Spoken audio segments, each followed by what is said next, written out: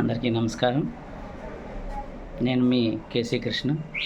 Andhra Pradesh private schools association 608/2009 register నెంబర్తో నేను జిల్లా ప్రెసిడెంట్గా ఉన్నాను. ఇక్కడ స్కూల్స్ ఏవైతే చిన్న స్కూల్స్ ఇది ఉన్నాయో బడ్జెట్ స్కూల్స్గా 100 నుంచి 300 ఇట్లా చిన్న చిన్న స్కూల్స్. ఇక్కడ స్కూల్స్ పరంగా చూస్తే కార్పొరేటివ్, సెమీ కార్పొరేటివ్, బడ్జెట్ 3 రకాలుగా మనం తీసుకోవచ్చు. అయితే ఇక్కడ ఉన్నటువంటి పరిస్థితులు ఏంటంటే ఇప్పుడున్న పరిస్థితుల్లో చిన్న స్కూల్స్ నడపడం అనేది కత్తి మీద సాము. గతంలో కూడా చాలామంది చాలా సమస్యలను ఎదుర్కోవడం జరిగింది చిన్న స్కూల్స్ పరంగా. కరోనా టైంలో ఇంకా విపరీతమైనటువంటి ఒత్తిళ్ళు, చేసిన అప్పులు. అంటే వాస్తవంగా ఈ చిన్న స్కూల్స్ అంటే చాలామంది ఈ మధ్య సోషల్ మీడియాలో స్కూల్స్ అని అంటే ఏదేదో మాట్లాడుతున్నారు. స్కూల్స్ అంటే ఏం తెలుసు? స్కూల్ అంటే అన్ని స్కూల్సేనా? ఇప్పుడు చిల్లర అంగళ్ళు ఉన్నాయి. అంగళ్ళలోనంటే అప్పుడు కార్పొరేటివ్ డిమార్ట్ దగ్గర నుంచి, రిలయన్స్ దగ్గర నుంచి ఇవన్నీ ఉన్నాయి కదా. అంటే వీటిలన్నిటిని రోడ్డు పక్కన అమ్ముకునే వాళ్ళతో సహా అందరూ ఒకే లెక్కలోకి వేస్తారా? స్కూల్స్ని ఇక్కడ కూడా కొన్ని ఇందాకే చెప్పినట్టు cooperative, semi cooperative, budget schools. ఈ చిన్న స్కూల్స్లో మేము ఇచ్చేటటువంటి తక్కువ జీతాలతో పనిచేసే టీచర్సు, అదేవిధంగా మాకున్నటువంటి చిన్న చిన్న స్కూల్స్, వాటి రెంట్లు, కరెంటు బిల్లులు అయితే మాకు వ్యాపారం కింద అది దారుణంగా మాట్లాడుతున్నారండి కొంతమంది. పిల్లల చేత ఇంగ్లీష్ మాట్లాడిస్తే తప్పు, తెలుగు మాట్లాడిస్తే తప్పు. పిల్లల్ని మందలిస్తే తప్పు, మందలించకపోతే తప్పు. ఒకసారి నేను డ్రైవింగ్ లైసెన్స్కి వెళితే అక్కడ ఉన్నటువంటి పోలీసు అధికారి ఒకటే అన్నాడు, ఎక్కడండి వీళ్ళకి పిల్లలకి భయం ఉంటే కదా. ఎలా తయారవుతున్నారంటే 2-3 ఎక్కించుకొని 100-120 స్పీడ్లో బండ్లు దోలడం ఇవన్నీ చేస్తున్నారు. కారణం ఏంటంటే చదువుకున్న వయసులో వీళ్ళకి టీచర్లంటే భయం లేదు, తల్లిదండ్రులంటే ఇంట్లో భయం లేదు. వాళ్ళు గారం చేస్తారు. మీరేమన్నా మందలిస్తే మీ పైకి గొడవలకు వస్తారు. మేము చదివే రోజుల్లో తొడపాశం పెట్టేవాళ్ళు, ఇసుకద్దుకొని బ్లడ్ గారేది. అలా చేయమని నేను చెప్పట్లేదు, కానీ భయం అనేది లేకపోతే ఎట్లా? సంస్కారం లేని చదువులు, వినయం, విధేయత లేనటువంటి పెంపకాలు. ఆడపిల్లలైతే పెళ్ళిళ్ళు చేసి పంపించేస్తారు, అయిపోయింది. వెంటనే వాడు ఒక మాట అంటే ఆ నుంచి వెనక్కి వచ్చేసి డివోర్స్ అంటారు. అదేవిధంగా మగపిల్లలు కూడా అలాగే పెరిగి అనేక వ్యసనాలకు బలి అవుతున్నారు. స్కూల్స్లో నేర్పించాల్సినటువంటి సంస్కారం ఇవి ఒక దెబ్బ కొట్టకుండా నేర్చుకొని వస్తే ఇబ్బందులు, చదువులు అలా మందలించకపోవడం అనేది ఇది కాదు అని. అట్లా ఇప్పుడు ఎలా అయిపోయిందంటే ఏదన్నా ఒక మాట అన్నామనుకోండి, వెంటనే వాళ్ళు, వాళ్ళ పక్కింటోళ్ళు, వాళ్ళ ఎదురింటోళ్ళు, వాళ్ళ బంధువులు, ఇంకెవరెవరో తెలియదు అసలు. చేర్చేటప్పుడు వాళ్ళ అమ్మ, వాళ్ళ నాన్న ఎవరో ఒక్కరే వస్తారు. ఆ తర్వాత చాలామంది వస్తారు. ఇది ఒక టైప్.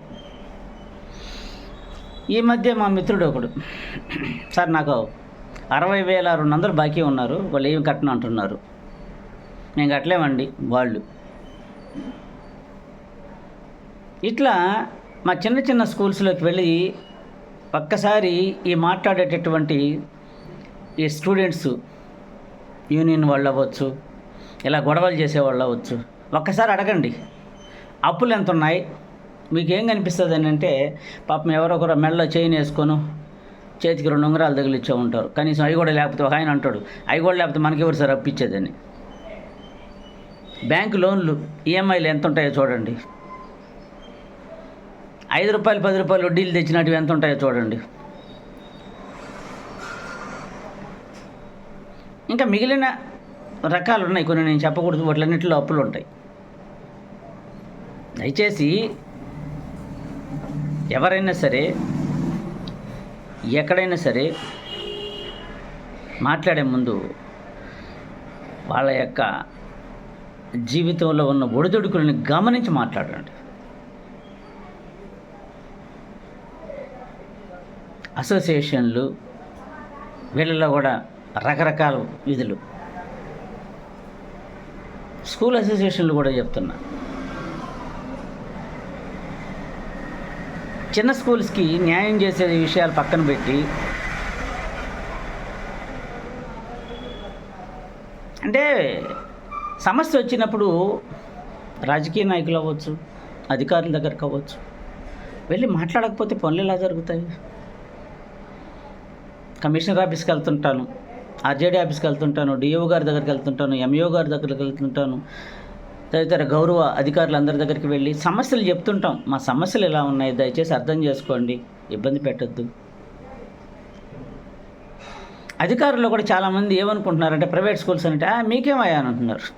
మాకేమనంటే వాస్తవంగా మా మిత్రుడు ఒక ఆయన చెప్పినట్టు, చూడడానికి అలాగే ఉంటాం, లోపల ఇప్పి చూస్తే తెలుస్తుంది చిరిగిపోయిన బనీన్లని. అంటే లోపల ఉన్నట్టు చిరిగిపోయినట్టు వేసుకుంటున్నామని కాదు, జీవితం అలా ఉంటుంది అని. దయచేసి అధికారులని, అదేవిధంగా ఇలా మాట్లాడే వాళ్ళని, వీళ్ళందరికీ చేతులెత్తి నమస్కరిస్తూ ఒకటి చెప్తున్నాను, మా చిన్న స్కూల్స్ని బ్రతకనివ్వండి. ఈ బతికితే మీకు వచ్చే నష్టం ఏం లేదు. పోనీ మా వల్ల నష్టం ఏం జరుగుతుందో సమాజానికి చెప్పండి. సమాజానికి మా వల్ల నష్టం ఉండదు. ఒకనొక టైంలో 2014 ఏదో అనుకుంటా, గౌరవ ముఖ్యమంత్రి వర్యులు చంద్రబాబు నాయుడు గారు అప్పట్లో అధికారంలో, వేరే పార్టీ ఉంది, కస్తూరిదేవి గార్డెన్స్లో మీటింగ్ పెడితే వారిని నేను ఒకటే అడిగాను, మేము చిన్న స్కూల్స్ పెట్టుకొని 10 మందికి చదువులు చెప్తూ వాళ్ళ ఫీజులు కట్టినా కట్టకపోయినా ఎట్లా ఒక దగ్గర మేనేజ్ చేస్తూ వాళ్ళ దగ్గర ఎలాగో బతిమలాడి ఇది కట్టించుకొని మేము బతుకుతూ చదువుకున్నాం, మాకు ఉద్యోగాలు కావాలంటే అందరికీ రావట్లేదు. అదేవిధంగా కొంతమంది అన్ఎంప్లాయ్మెంట్ ఇదికి మేము ఉద్యోగాలు ఇచ్చి లిటరసీ అక్షరాస్యత పెంచడంలో మేము ఉన్నాం. మా వల్ల సమాజానికి నష్టం అయితే లేదు.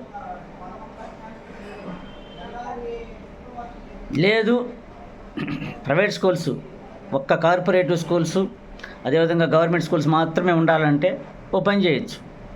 మా స్కూల్స్ అన్నిటికీ కూడా శుభ్రంగా తాళాలు వేసి మా వాళ్ళు ఎవరైతే చదువుకొని ఎవరైతే ఉన్నారో వాళ్ళందరికీ అర్హత కలిగిన ఉద్యోగాలు ఇచ్చేసి మా స్కూల్స్ అన్నీ టేక్ ఓవర్ చేయొచ్చు. ఈ మధ్య ఒక అధికారి అన్నారు, సార్ మీకు త్వరలో ముఖ్యంగా నెల్లూరులో అందరూ స్కూల్స్ మూసుకోవాల్సిన పరిస్థితి వస్తుంది, స్కూల్స్ చాలా గవర్నమెంట్ స్కూల్స్ డెవలప్ చేసేస్తున్నారు. అక్కడే ఇంకొక విషయం కూడా ఉంది, అన్నీ కరెక్ట్గా ఇప్పుడు హాస్పిటల్స్ ఉన్నాయి, ఆ హాస్పిటల్ని డెవలప్ చేసి దాని మీద ప్రత్యేక అధికారి నియమించి ఒక ఐఏఎస్ క్యాడరు అట్లాంటి వాళ్ళు నియమించి మొత్తం అక్కడ అన్నీ డెవలప్ చేసి ఎవరికి అన్యాయం జరగకుండా చూసి పేదవాడికి వైద్యం అందించచ్చుగా. మాకు కూడా తల్లికి వందనం వేస్తున్నారు, పేరెంట్స్కి కాదు, మాకేయండి, మా స్కూల్స్కి వేసేయండి.